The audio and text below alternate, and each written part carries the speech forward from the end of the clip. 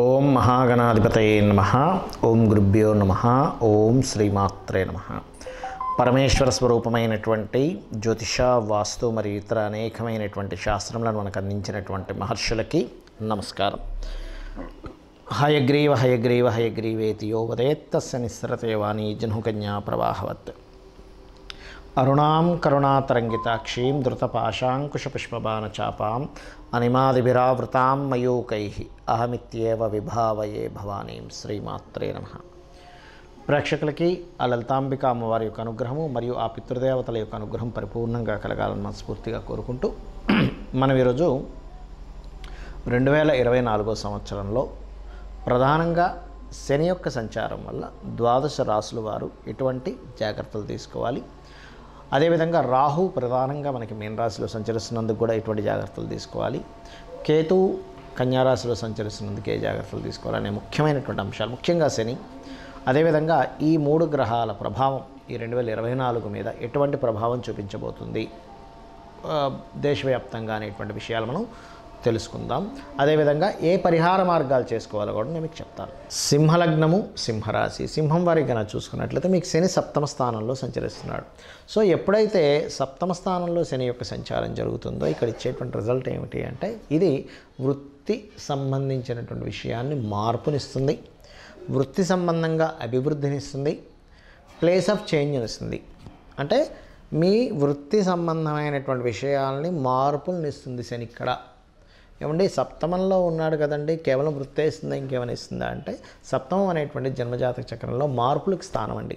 మీరు ఎవరైనా సరే వాళ్ళు మారుతారు, ప్లేస్ మారుతారు, లేకపోతే వాళ్ళ కెరియర్ విషయాల్లో కొన్ని మార్పులు తెచ్చుకుంటారు, లేకపోతే కొన్ని అప్గ్రేడ్స్ చేసుకుంటారు అంటే దాని అర్థం ఏమిటంటే సప్తమంలో ఉన్న గ్రహం వల్లే జరుగుతూ ఉంటుంది. మీకు సప్తమంలో శని ఉన్నందుకు సర్వసాధారణంగా ఇక్కడ పాజిటివ్స్ ఏంటంటే వృత్తిపరమైనటువంటి మార్పులకు పాజిటివ్ అనుకుంటే, మరి జాగ్రత్తలు ఏమిటంటే వివాహ సంబంధించిన విషయంలో తీసుకునే నిర్ణయాల విషయాల్లో జాగ్రత్త, అనవసరంగా దేని మీదైనా మనం ఇన్వెస్ట్మెంట్ చేస్తున్నామా అనేటువంటి పర్టికులర్గా జాగ్రత్త వహించాలి సప్తమ శని జరిగేటప్పుడు.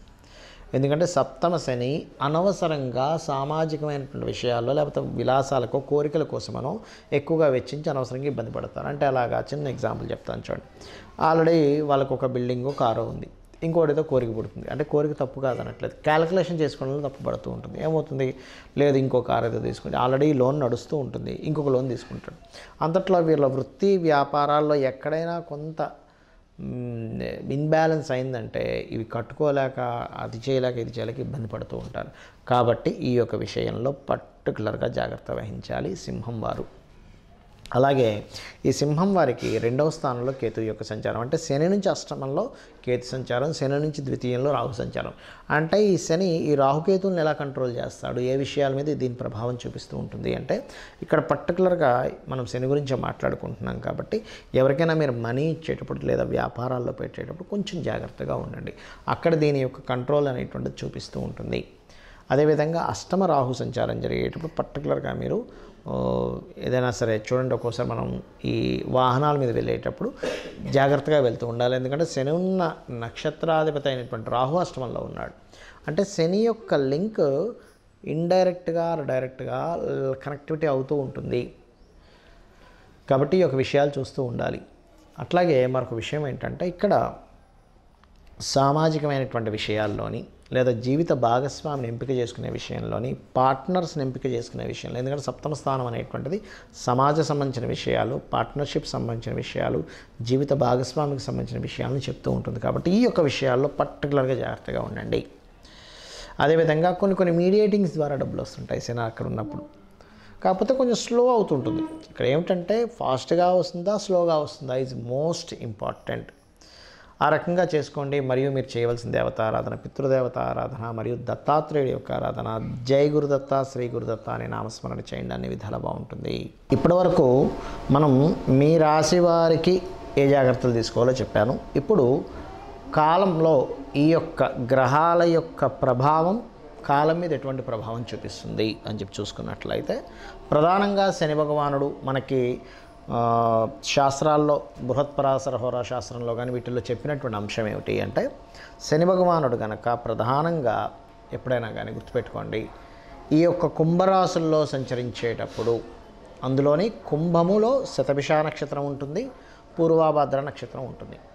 అయితే ఈ శతభిష పూర్వాభాద్ర నక్షత్రం వారు కొంత జాగ్రత్తగా ఉండాలి. ఒకటి, అక్కడ కొంచెం తల్లిగారి ఆరోగ్య విషయంలో జాగ్రత్తగా ఉండాలి పర్సనల్గా తీసుకుంటే. కానీ ప్రపంచవ్యాప్తంగా, దేశవ్యాప్తంగా, మన ఇండియా పరంగా చూసుకుంటే ఏమిటి అంటే ఇక్కడ ప్రధానంగా ఈ యొక్క సారాయి లేకపోతే అంటే మత్తు పానీయాలకు సంబంధించినటువంటి విషయంలో కొంతమంది చూడండి పలానా వైన్ షాప్స్ అవి తీసుకుని ఉంటారు, ఎక్కువ రేట్ పెట్టి తీసుకుని ఉంటారు. అలాంటి వాళ్ళు ఇబ్బంది పడతారు. ఎందుకు అంటే ఇక్కడ మత్తు పానీయాలు అమ్మేటువంటి వాళ్ళ మీద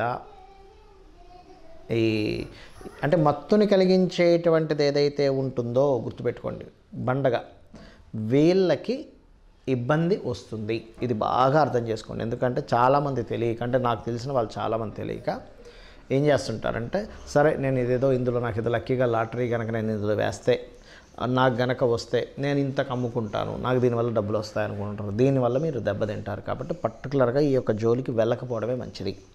ఇక రెండవది ఏమిటి అంటే ఈ యొక్క కుంభరాశుల్లో శని సంచరించేటప్పుడు దీంతోపాటు రాహు ఎప్పుడైతే మీన రాశిలో సంచరిస్తుంటాడో ఇది ఇచ్చేటువంటి రిజల్ట్ ఏమిటి అంటే ముఖ్యంగా లాయర్లు, టీచింగ్ సంబంధించిన వృత్తుల్లో ఉన్నటువంటి వారికి, పౌరహిత్యం చేసేటువంటి వారికి, శాస్త్ర సంబంధించినటువంటి విషయాల్లో ఉన్నటువంటి వారు కూడా జాగ్రత్తగా ఉండాలి.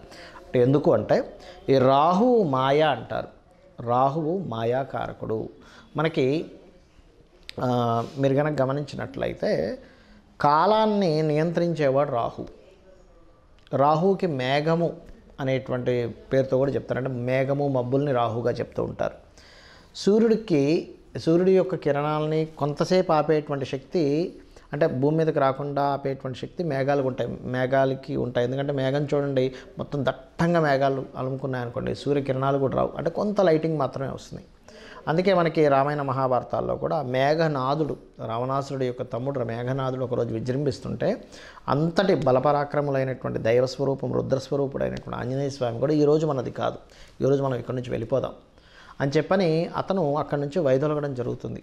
రేపు వద్దాం కావాలంటే యుద్ధానికి, కానీ ఈరోజు అతనిది ఈరోజు. అంటే ఏమిటి, ఆ మేఘనాథుడు కాలానికి కారకుడు, మేఘములకు కారకుడు ఎవరు అంటే రాహు యొక్క ప్రభావం ఎక్కువగా ఉన్నప్పుడు పర్టికులర్గా ఈ లాయర్లు కానీ, ఈ యొక్క జడ్జిలు కానీ, కన్సల్టెన్సీ సెంటర్స్ నడిపేటువంటి వారు కానీ, పౌరహిత్య వృత్తుల్లో ఉన్నటువంటి వారు కానీ వీరి మీద అనవసరమైనటువంటి ఇబ్బందికరమైనటువంటి వాతావరణం వస్తే ఇబ్బంది పెడుతుంది. ఇది గుర్తుపెట్టుకోండి. పర్టికులర్గా కుంభంలో శని సంచరించేటప్పుడు, మీనంలో రాహు సంచరించేటప్పుడు అంటే ఈ క్రాస్ అవ్వాలంటే దాదాపుగా దీని యొక్క ప్రభావం ఆల్మోస్ట్ ఒక 4 years వరకు ఉంటుంది. ఎందుకంటే రాహు మీనంలోకి వస్తే, కుంభంలోకి వస్తే ఒక 1.5 year తర్వాత ఈ శని మళ్ళీ మీనంలోకి వెళ్తాడు. సో ఇది క్రాస్ అవుతూ ఉంటుంది. ఇదొకటి. అదేవిధంగా మనకి కేతువు కన్యారాశిలో సంచరిస్తున్నాడు.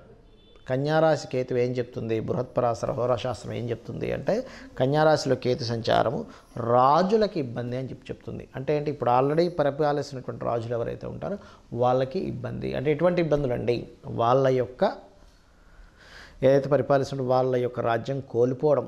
ఎందుకంటే ఒక రాజుకి శాస్త్రాల్లో చెప్పింది అయితే ఇంకా అసలు మృత్యు సంబంధమైనటువంటి విషయాలు జరుగుతాయని కూడా చెప్పింది శాస్త్రం. అయితే ఇక్కడ నేనేం చెప్తానంటే ఎప్పుడు మృత్యువే రావాలని రూల్ లేదు, గుర్తుపెట్టుకోండి. ఒక రాజుకి తన రాజ్యం కోల్పోవడమే మృత్యువుతో సమానం. ఒక ఉదాహరణకి ఒక సైనికుడు ఉన్నాడు, లేకపోతే ఒక యుద్ధం చేసేవాడు ఉన్నాడు. యుద్ధం చేసే వ్యక్తికి యుద్ధంలో మరణించడం కంటే యుద్ధంలో ఓడిపోవడమే మరణంతో సమానం. అలా ఏంటంటే శాస్త్రాల్లో చెప్పినటువంటిది అయితే మృత్యుతుల్యమైనటువంటిది మృత్యు సంభవము అని చెప్తూ ఉంటారు. ఎందుకు, కేతు కన్యారాశిలో సంచరించేటప్పుడు. కాబట్టి రాజులు అంటే ఇప్పుడున్నటువంటి కాల ప్రమాణంగా తీసుకుంటే సీఎంలు కావచ్చు, పిఎంలు కావచ్చు, లేనట్లయితే దేశవ్యాప్తంగా ప్రెసిడెంట్లు కావచ్చు, ఈ భారతదేశం అనే కాదు, ప్రెసిడెంట్లు కావచ్చు. అందులో పర్టికులర్గా కాశ్మీర నగరానికి సంబంధించినటువంటి విధిగా చెప్తూ ఉంటారు కేతు కన్యారాశిలో సంచరించేటప్పుడు. సో కాశ్మీర నగరానికి సంబంధించినటువంటి పరిపాలించేటువంటి వారు కావచ్చు, ఇటువంటి వారి రాజులకి ఇబ్బంది ఇస్తుంది ఇక్కడ. మరి కేతు సంచారం కన్యారాశిలో మరి సామాన్య ప్రజలు ఏ విషయాల్లో జాగ్రత్తగా ఉండాలి అంటే ఇక్కడ ల్యాండర్ మీద చూపిస్తూ ఉంటుంది. ఎందుకంటే కన్యారాశి అనేటువంటి ల్యాండ్ సంబంధించిన రాశి. కన్య కానీ, వృషభం కానీ, అదేవిధంగా మకరము, ఈ 3 కూడా ల్యాండ్స్ రిలేటెడ్ సంబంధించిన రాశిగా చెప్తూ ఉంటారు. కాబట్టి ఏమిటి, ఒక 1 year 4 months వరకు, ఇంకొక 1 year 4 months చేంజ్ ఉంది ఆ కన్యా రాశిలో కేతు సంచారం. ఆ సమయం వరకు కూడా మీరు చాలా జాగ్రత్తగా ఉండాలి ల్యాండ్ మీద ఇన్వెస్ట్మెంట్ చేసేటప్పుడు. జాగ్రత్త అంటే ఏమిటి, ఒకటి ఏదైనా లిటిగేషన్ ల్యాండ్ తీసుకుంటారు తెలియక ఈ కన్యా రాశిలో కేతు సంచారం జరిగేటప్పుడు. అంటే తెలియక ఇన్ని రోజులు కష్టపడి జాగ్రత్తగా పెట్టిన డబ్బులు కాస్త లిటిగేషన్ ల్యాండ్లో పెట్టి అక్కడ ఇరుక్కుపోవడం, లేదా అవతల వాళ్ళు ఏదో చెప్తారు, ఏంటంటే అసలు మొన్నటి వరకు విపరీతంగా పెరిపింది, మీరు పెట్టేసేయండి ఏముంటే ఒక సంవత్సరం మళ్ళీ డబల్ అయిపోద్ది అంటే మనం తెలియకుండా ఏం చేస్తామంటే అప్పు తీసుకొచ్చి పెడతాం, డబ్బులు తీసుకొచ్చి. ఏముంది ఒక సంవత్సరంలో డబుల్ అవుతుంది కదా, అప్పు మళ్ళీ తీర్చేస్తాను, మిగిలిన డబ్బులు నాకు మిగులుతాయని. ప్రతి మనిషికి తన ధనాన్ని ఎలా పెంచుకోవాలి, తన జీవితాన్ని ఎలా అభివృద్ధి చేసుకోవాలి, తన కుటుంబాన్ని ఎలా అభివృద్ధి చేసుకోవాలి, 4 డబ్బులు ఎక్కువ వస్తే తన కుటుంబానికి ఎలా ఉపయోగపడుతుంది అనేటువంటి భావనలోనే ఉంటారు. అది తప్పు కాదు. కాకపోతే ఏంటంటే కేతు ఈ సంచారం జరిగేటప్పుడు షార్ట్ టర్మ్గా ధనం పెరుగుతుంది, షార్ట్ టర్మ్గా భూముల మీద పెరుగుతాయి అనేటువంటి కాన్సెప్ట్ పక్కకి తీసేయండి. ఒక సంవత్సరన్నర పాటు, సంవత్సరన్నర తర్వాతే మీరు ఆ యొక్క వీటిల్లోకి వెళ్ళండి అనేటువంటిది చాలా క్లియర్గా ఈ కేతు సంచారం అనేటువంటి చెప్తుంది. మరి ఈ రాహు మాయ నుంచి బయటపడాలన్నా, ఈ శని యొక్క సంచారం కొమ్మల్లో సంచరిస్తున్నప్పుడు ఈ వీటి నుంచి బయటపడాలన్నా, కేతువు యొక్క ప్రభావం నుంచి బయటపడాలన్నా ఒకటే గుర్తుపెట్టుకోండి, ఒకటి చండీ పారాయణం.